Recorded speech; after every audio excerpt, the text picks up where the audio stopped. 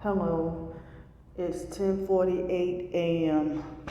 So I realized in some of my videos, I guess even yesterday, that I didn't realize it was that loud and windy, that it would be so loud and windy that the wind would be louder than me talking. So this video I wanted to talk about my challenges and hindrances with my disability and employment. Let me put my earbuds in because the loud pickup trucks outside, the loud traffic, they wait until I'm doing a video. It was all quiet when I was just using the bathroom. So,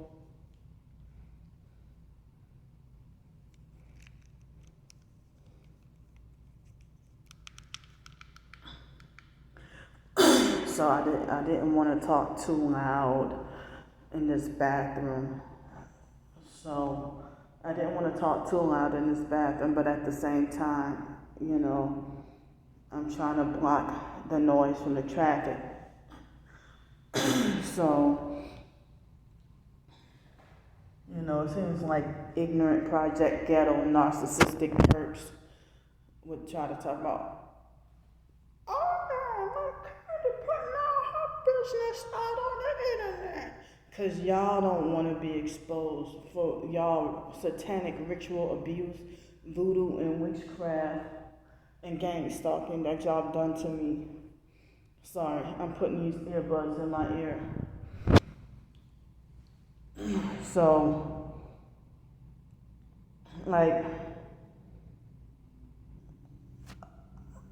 all right, let me start off with talking about, my medical problems. Okay, so I don't know if it's true or not, but my twin sister was the only one who told me that, I don't even remember where she got the source from, to say that we were crack babies when we were little. I mean, when we were born. That, I guess it started off with Sean on down, like Sean, Wyatt, then me, and Brandy, then Derek. I guess that's 5 of us that supposedly were considered crack babies or whatever. And so we were taken from our biological parents. They said that I read in the records that the biological mom, Frances, that her rights were terminated from seeing us when we were 2 years old, but we got taken away um, when we were placed in foster care. The foster mom says 5 months, but the biological family says 6 months that we were taken away. And so I heard that me and my twin sister supposedly had a lot of medical issues growing up. And, they try to say that the biological mom, Frances, neglected us and stuff like that. But the biological family, they get mad at Pete, but they don't hold that against him. But they got mad at him. He was only 14, and they said that he was struggling with, had issues with the biological mom, Frances, like, I guess him being a rebellious teenager. And so, he'd been a criminal in and out of prison and did some horrific things, and he's still well respected in the family, and so they said he was 14, and they try to say that he was to blame for why me and my twin sister got taken away. Now, at first I thought that it was Mark and Wyatt and Sean got into foster care before us, but I heard that later on. I didn't find out until I was at least 22 years old. The foster mom said that we came before Mark and Wyatt. So it's like, so they said that I had, let's see, hold up. Let me backtrack. Okay, so we were supposedly crack babies. We were born in 1983. They said a biological mom, Frances Grand Prix, neglected us, but that might not even be true. Because I found out in 2011, researching Illuminati New World Order, how crooked the system is and how many times that, that foster care system is legalized kidnapping and they torture and experiment on foster kids for money and stuff like that. And so, let's see, I don't know what medical problems the earliest, okay, I remember they said I had heart murmur when I was 2 years old, and they said I had an ear infection that they thought I was gonna go deaf, and I don't know which ear that I had an ear infection, and so then they said I had a heart murmur when I was 2. I had 2 strokes when I was 5. I took an overdose of my brother Sean's medication, but I didn't know any better. It tasted sweet like candy, and so blame should be on the foster parents. I had numerous times being alone by myself as a child, and it's like I even remember staying home from school on certain days, being 7 years old. I don't remember how I would survive those days, and I don't remember feeling hungry or anything, but I do remember being suspended from school at 7 years old in a house all by myself with nobody in there. And it didn't even cross my mind to run away or leave the house. I don't even remember all of what happened, but I do remember being in a house by myself a lot of times. But anyway, I had eye surgery when I was 5, laser surgery. They said when we were 4 and 5 years old that our eyes, me and my twin sister's eyes were severely crossed. And so, let me think. This might take more than one video to talk about. So then I had strep throat and scarlet fever when I was 7 years old. I had two strokes when I was 5. I had strep throat and scarlet fever, and they said that if you have strep throat before you're 8 years old, like by the time you're 7, then you end up with disorders like OCD and stuff like that. And I remember they used to vaccinate us a lot in foster care, put metal fillings in our mouth, force us on psychiatric medication.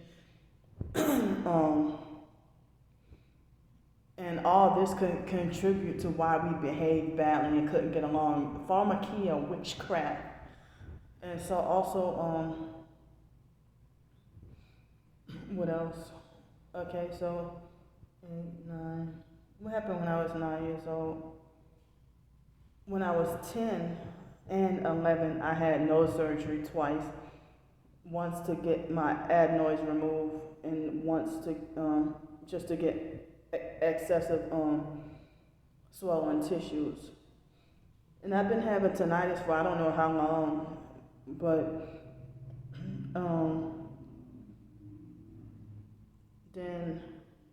and I remember my twin sister said that she read in personal records that they predicted that me and her weren't supposed to live past 12 years old. Because she said because of our medical conditions being so bad. Whoa, she scared me. About our medical conditions being so bad, and us being in and out of the hospital. And so,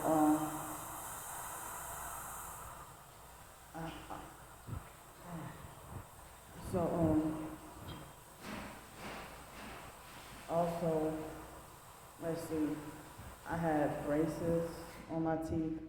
They said that I had high astigmatism in my eyes, and they said that I had TMJ and tooth grinding from effects of narcissistic abuse. She's a burp. And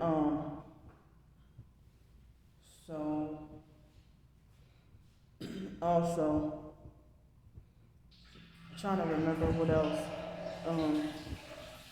So I also had when I was 7.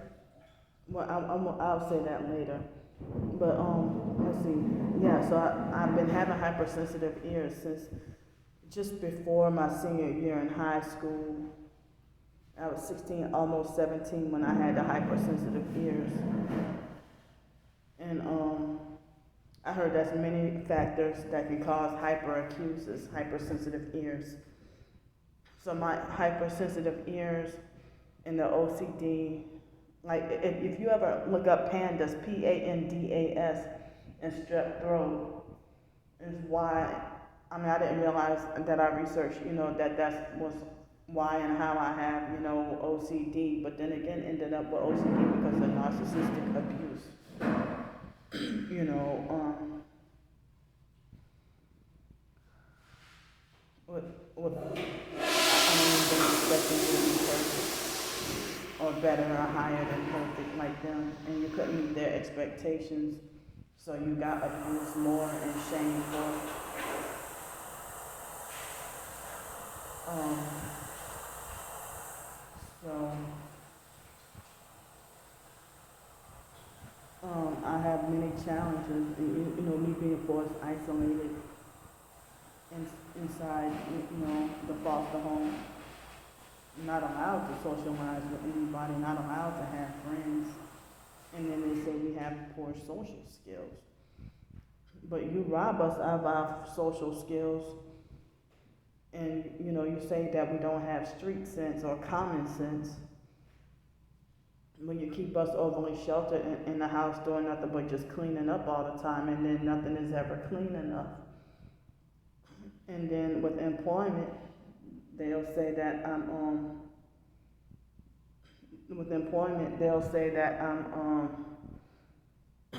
that I work too slow, that I move too slow, and then I get easily distracted. I have unwanted intrusive thoughts. Um, yeah, well, I didn't want, even though I'm publicly saying it, but I didn't want to say it while she was in here. But I was trying to say that when I was 7 years old, my body started developing when I was 7 years old, and I started to be forced to wear a bra, and I had you know, sorry to say, but pubic hairs growing at 7 years old, and then I would scratch a lot down there until I bled, not knowing, realizing my body was changing or what was going on. And some people might say that, oh, well, that was proof that you've been molested. Some of those foster people might have been molesting you, but I don't have any memory of that. I don't have memory of being touched by any foster family members when I was a child. But I was 5 years old, and they would say I had behavior problems, and that I was at risk for pervasive developmental disorder, but then it was ruled out. And being little, I had, they said me and my twin sister had speech problems. I had to go to speech therapy. And I was 5 years old, and every time I wore this red and white outfit, my stomach would always hurt so bad. And Miss Lisa Ruby, the fake deliverance lady, she ignorantly like, something happened to you in that outfit, meaning like she was trying to say that a voodoo ritual happened to me while I was wearing that outfit, and so that's why my stomach would hurt. But I would have a lot of nightmares, as in early childhood, wake up with scratches on my legs, nosebleeds. Me and my twin sister used to levitate in the air. I mean, I've talked about this before in other videos on other channels and stuff, like all this weird and super, who knows what experimentation, voodoo, MK Ultra, whatever has been done to us in early childhood that make us, to be disabled. We could have been worse, we could have been dead, but people said that they're surprised that we survived what we went through. And it's unfortunate that we've been manipulated to be against each other. When I had found out the truth and trying to get the truth to my twin sister in love, and she pushes me away, and acts, she thinks that I'm the enemy. and I'm not. And I didn't realize that we were brainwashed and manipulated to act a certain way towards each other. The foster mom didn't give a damn. She did not care, because we weren't her biological kids. So this affects how I am in society. And people think I'm strange for, cleaning everything I touch with rubbing alcohol. Also, I had past rape experiences, past experiences with being taken advantage of, bullied, abused by, everybody, not every single person, but mostly everybody in society, you know. So, with this targeting and the gang stalking, like they were vibrating my whole body, even my legs, my organs, everything was vibrating last night. It's one of the reasons why, I couldn't even tolerate being inside my house when I had Section 8. And it did follow me to wherever city and state that I went to, and I didn't realize at that time when I had heard about targeted individuals and gang stalking, but I didn't realize that I was one of them, but they had so many people who try to dismiss me as paranoid or saying it's all in my head with the vibrating and stuff like that, but I know what I'm experiencing because I researched that every time I research the targeted individual, I try to research, whole body vibrating or organs vibrating or feet vibrating, and targeted individuals and gang stalking and cults kept coming up, and I just couldn't click it together. I couldn't put the pieces of the puzzle together that, later on I'm like, this is how this connects, but the Janine Triumphant individual, I was watching one of her videos and a light bulb came on, how one of her videos gave me the final confirmation of how and why I know I'm a targeted individual in 2019. And this girl named, she's not a TI, but she's a famous YouTube blogger that, she was encouraging for anybody to do a YouTube video, do YouTube videos and monetize your channel. So I thought that could have been, with me being homeless in New Orleans, I thought that could have been a way for me to get off the streets. But I didn't realize that I would be suppressed and ignored and hated, and that the thumbs down algorithms will suppress you being shown in the results of any of your videos. So they're giving me all these thumbs down to suppress me getting the truth out, and so 18 days after I started, I guess I started April 1st on my first Psych World channel that's now taken down illegally, undeservingly, Star Bricker got that first channel taken down and then bragged about it, and I hadn't even done her anything wrong.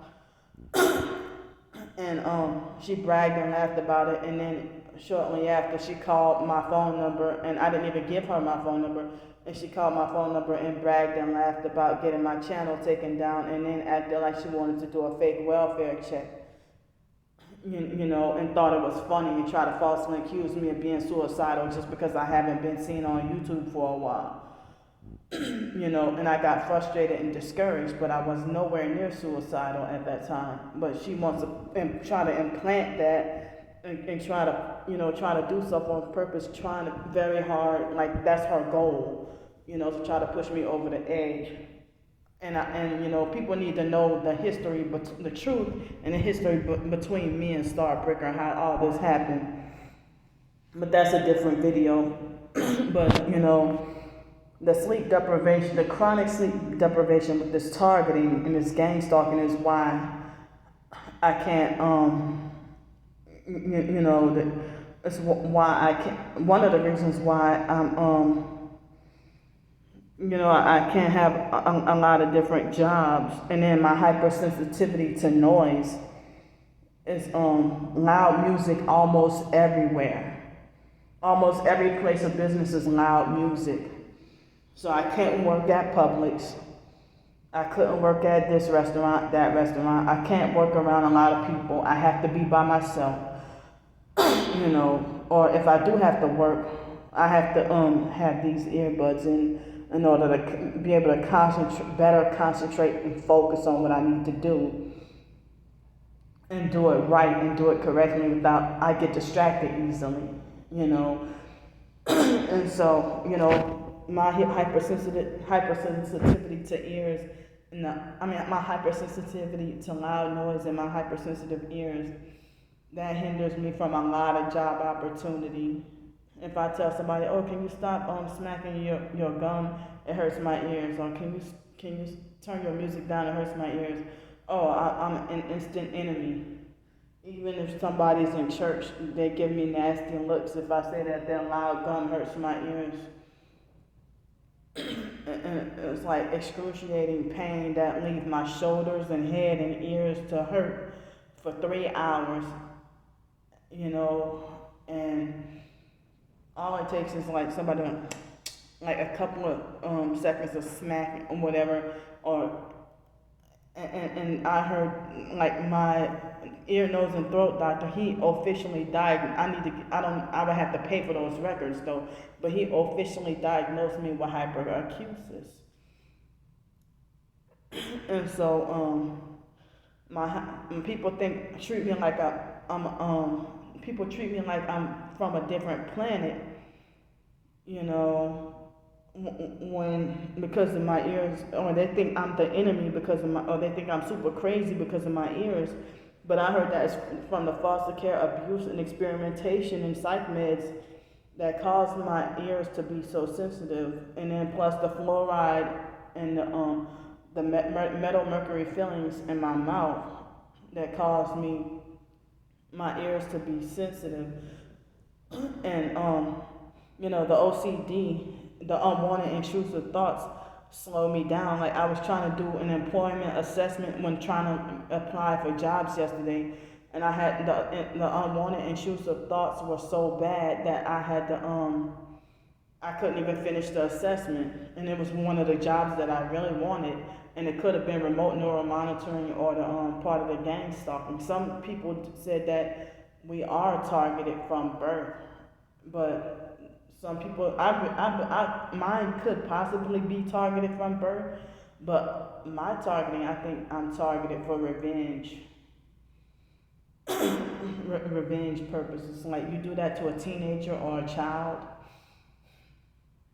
So we've been closely watched, but then hated since early childhood, and that the foster child stigma. Like stray animals get more love and respect than foster children. Like there's this bad stigma that comes with being considered a foster child, and people think that you're a foster child, you automatically equal trouble or a horrible little badass kid. And